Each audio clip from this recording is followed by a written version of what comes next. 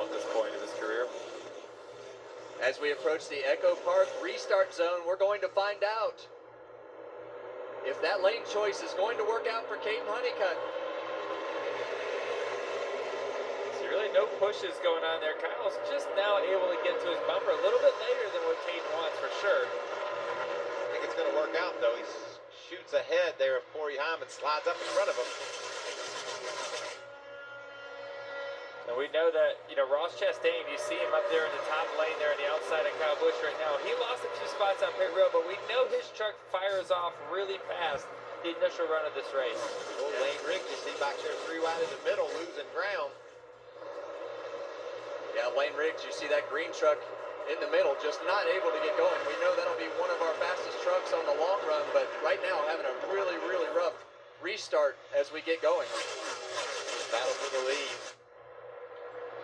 Kyle Busch is not able to clear up there, and you see, look at the push that Corey Heim gives Caden Honeycutt down into the corner, slips to his top.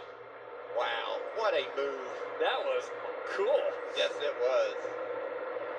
What a push. It just really got Honeycutt to say I don't know what to do. Just you don't push me all the way into the corner, and just able to slip to his top. Get that clean air early in the run here. See what Ross can do. He just gets by Kyle Busch here right now. That truck looks really stable. As soon as I say that, it'll be sideways, but man, what a turn 1 and 2 he had there. Yeah, the thing about that 44 truck of Ross Chastain, we saw this in the first stage, his truck fires off really good. It didn't fade a lot, but it definitely faded compared to Corey Heim as he got towards the second half of the run, but he was the fastest truck in the beginning of the first stage as well. Well, he's showing it again right now, right? He's coming from 6th place. He's back all the way up to 2nd from the restart just a few laps ago.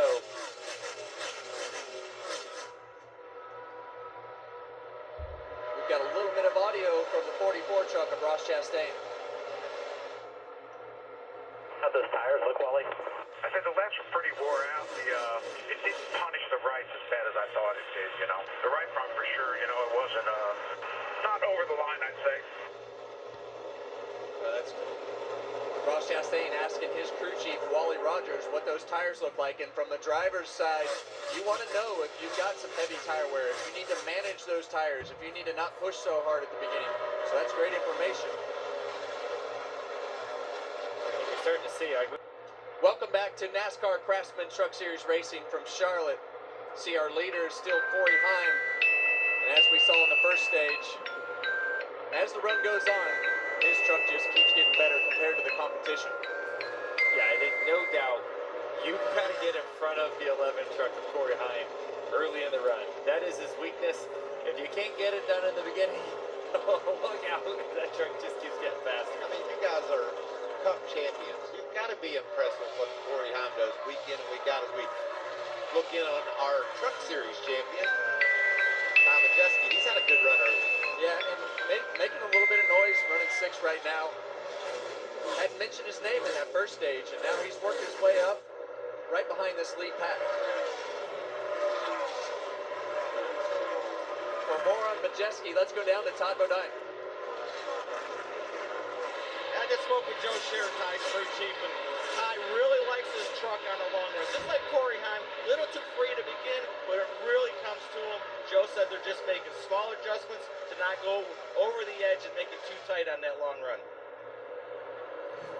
You see the back of that truck still dancing around. I mean, we're seeing all the trucks move around, but Ty's truck definitely still looks like it's on the free side to me. You can get an adjustment. Already raced up to the 6th position after falling back early.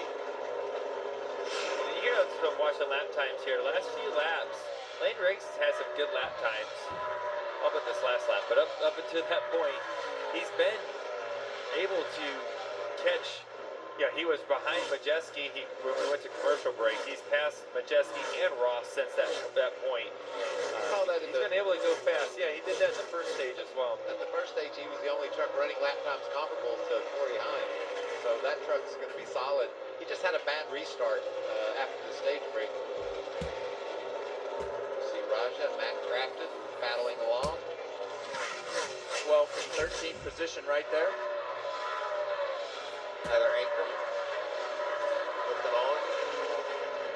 Yeah, we see Tyler Ankrum right behind him. He definitely didn't have the qualifying run that he wanted, so he's worked his way up, made a little bit of ground up through the first couple stages of this race.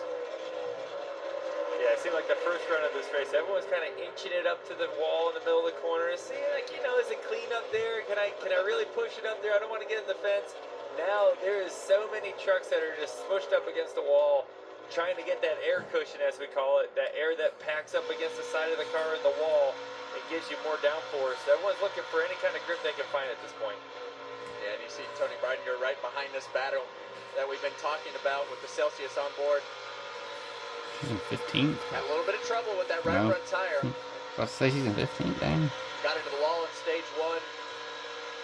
Yeah, extended time on pit road for that Hive truck. She's currently 10 laps off the pace as we zero in on Corey Heim storming toward another stage win, Kevin. Just a couple laps to go if he can hold it together.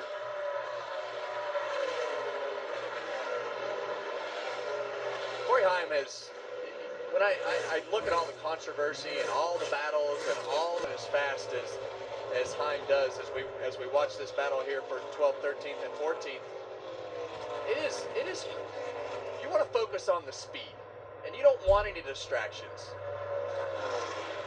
Yeah, and you're right. He's just so mature for his age. You know, something goes wrong, he says, well, we just got to clean things up. I've got to be better. My team's got to be better. He never blames anyone for anything. And you hear him take a lot of the responsibility for putting himself in a position to be vulnerable, to let those guys have the slide job, to let them be in a position to where they even have a chance. But as we come to the end of the stage 2 here at Charlotte, Corey Heim is going to do what he's done so many times this year. 8th stage win of the season, tied for the most all time through 11 races. Wow. So that just tells you the dominance that Corey Heim and this 11 team have had.